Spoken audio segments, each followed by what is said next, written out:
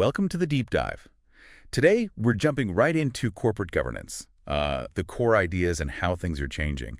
We're using the first edition of Inside Governance as our guide. That's right. It's a new publication from the Governance and Sustainability subgroup. Think of this as, well, your express lane to getting up to speed on this stuff. Exactly. And the publication, its real mission is to show that governance isn't just, ticking boxes for compliance. Right. It's actually a strategic tool. It helps build organizations that are resilient, transparent, and, importantly, accountable.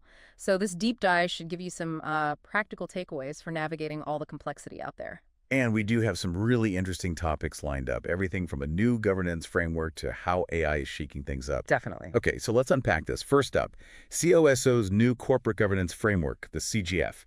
COSO being the Committee of Sponsoring Organizations of the Treadway Commission. A major player in internal control risk management.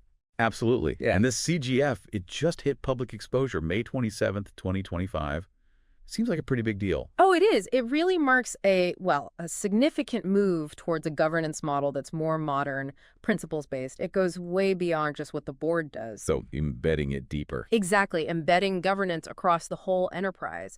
You see, governance itself is changing. It's less compliance exercise, more strategic tool now. Driven by regulations, tech changes? Disruptive tech, absolutely, and stakeholders demanding more. And this CGF, it has 6 core parts it weaves governance through. Oversight, strategy, culture, people, communication, and resilience. It's very holistic. So the real shift, the game changer maybe, is that governance becomes part of the everyday operation everywhere, not just an annual review. That's the idea. Accountability is a daily practice ingrained in the culture. Okay. And speaking of accountability, that leads us straight into that, age-old question. Should the CEO actually sit on the board? Ah, yes. The classic debate. It really gets to the heart of power and oversight, doesn't it? It does. And there are solid points on both sides. Having the CEO there can mean better info flow to the board, maybe stronger alignment on strategy, shared accountability. Okay, makes sense. But the arguments against are also strong. You worry about too much power in one place, potential conflicts of interest. Weakening board independence. Exactly. And that risk of groupthink where everyone just agrees. It's interesting, though, looking globally, in Saudi Arabia, 42% of listed companies have their CEO on the board. Wow, 42%. That's quite high. Really shows there's no single right answer, does it? Not at all.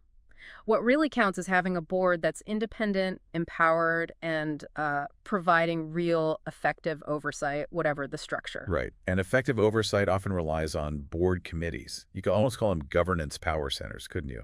That let the board really dig in. That's a great way to put it. Committees like audit and risk, nomination, remuneration, they're like specialist teams. They let the board dive deeper into complex stuff, use time better. Focus the expertise. Precisely.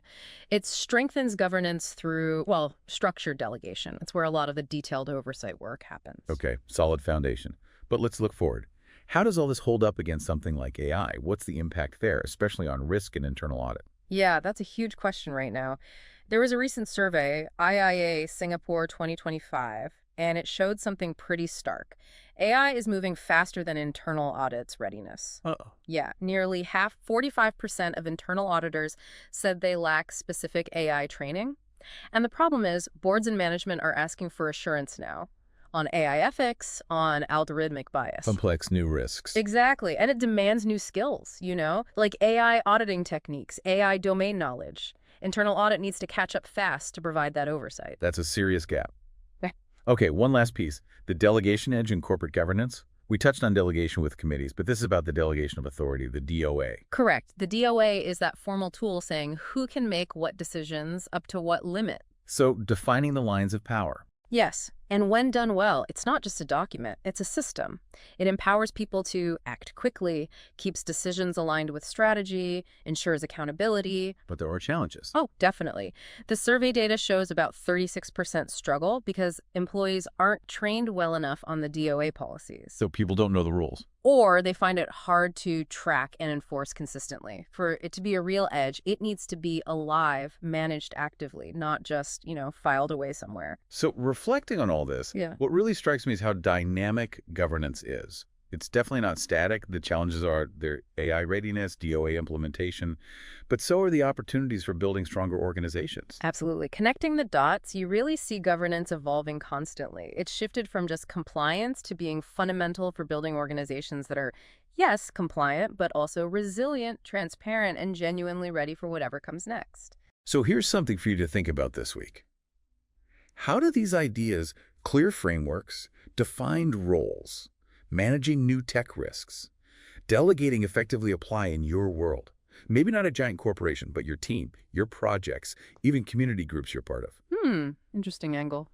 How can you help ensure there's good oversight and accountability wherever you are, something to mull over? Stay curious and keep diving deep.